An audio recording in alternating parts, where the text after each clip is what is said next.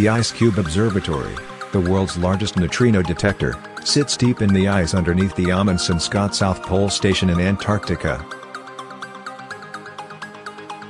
A flash of light detected about a mile below the South Pole likely solves a century-old cosmic mystery, and potentially opens up a new kind of astronomy involving ghostly subatomic particles called neutrinos. In the early 1900s, physicist Victor Hess discovered that Earth is being constantly bombarded by energetic particles coming from outer space, which we now call cosmic rays. Since then, scientists have been hunting for the astrophysical accelerators responsible for hurling the most tremendously energetic of these particles across the cosmos. Most cosmic rays, though, have an electrical charge, and their paths get bent by the magnetic fields scattered throughout space, making it difficult to follow their footsteps home. That's why now, the hunt has focused on neutrinos, chargeless and nearly massless particles that can be reliably traced back to their source.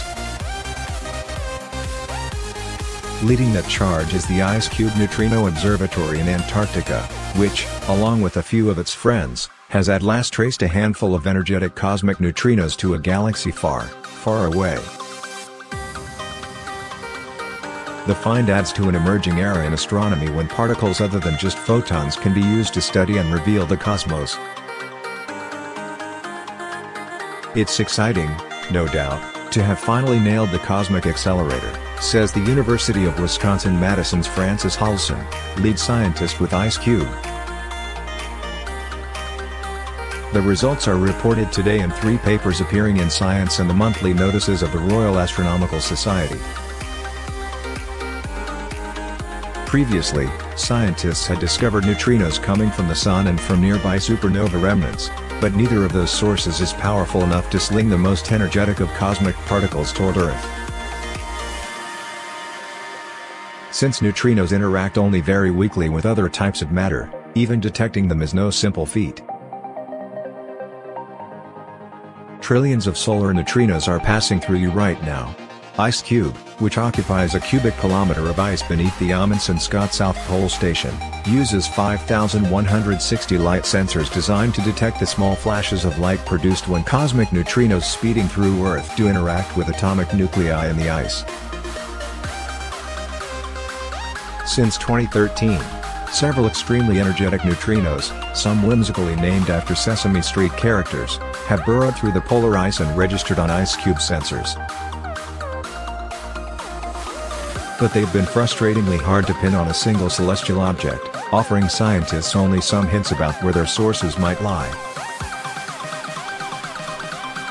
Then, on September 22, 2017, a single neutrino traveling at nearly the speed of light zinged through Earth and set off IceCube's detectors.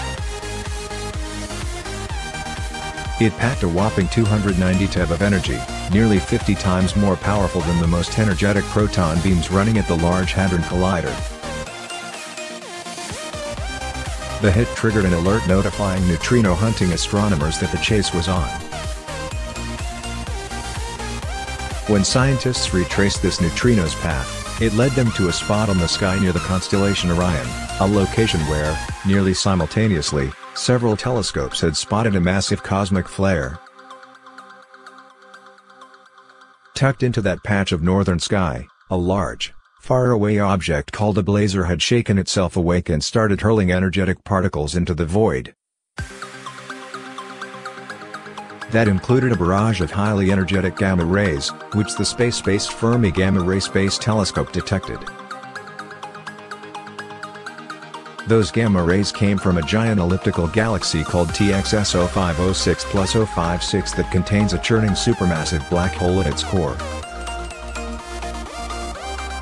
As it snacks on nearby gas and dust, the black hole produces a jet of extremely energetic particles, which just happens to be pointed in Earth's direction.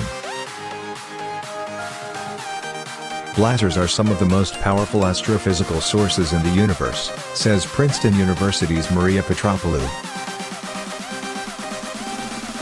TXS0506+056 is among the brightest blazars in the gamma-ray sky, which is remarkable given that it lives roughly 4 billion light-years away, and means that it is a prime candidate for producing very high-energy cosmic rays. It makes sense, it cannot be a wimpy blazer, says Paolo Padovani of the European Southern Observatory. If you're going to see neutrinos, it has to be from a very, very powerful beast, otherwise you wouldn't see them at all. In the days and weeks following the coincident IceCube and Fermi detections, multiple teams raced to study the flaring blazer. More than a dozen collaborations stared at the object in nearly all wavelengths of light, including radio, optical, X-rays and gamma rays, and it seemed that, indeed, a gamma-ray flare had erupted from TXS0506+056 and produced IceCube's September neutrino. If Fermi hadn't caught it in the act, this would just be one more neutrino for us, and for them, just another flare from a blazer, Halzen says. But the teams weren't done yet. Soon, scientists had looked through previous Fermi observations of TXS0506+056 and discovered that the same object had flared before over a 5-month period at the end of 2014.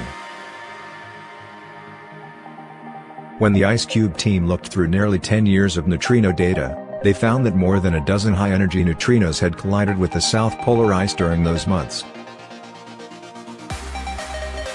This is not something we ever dreamed of seeing, 19 in a period of 150 days, it's just mind-boggling, Halzen says. Now, two independent lines of evidence suggest that TXS0506+056 is in the business of slinging neutrinos at Earth, which means that scientists have quite likely uncovered at least one formerly mysterious source of these particles. The discovery is very impressive, and a step in the direction of identifying the origin of the cosmic rays, one of the great outstanding astrophysical puzzles, says Catherine Zurek of Lawrence Berkeley National Laboratory. But she and others note that there's still a bit of wiggle room. In my opinion, the results are strongly suggestive of an association, but not conclusive yet, Petropoulou says. It could be possible, for example, that other sources lying in the same region of the sky could contribute to the neutrino flare detected by IceCube. Regardless, these results bring us one step closer to unveiling the sources of astrophysical neutrinos. Scientists also agree that blazars are unlikely to birth all the cosmic rays we see, so the hunt is still on for other sources of these high-energy particles. There is a zoo of astrophysical sources that could contribute to the IceCube neutrino flux, Petropoulou says, such as star-forming galaxies, interacting supernovae, low-luminosity gamma-ray bursts, radio galaxies at the centers of clusters, and others. Thanks for watching. Don't forget to subscribe to watch our latest videos.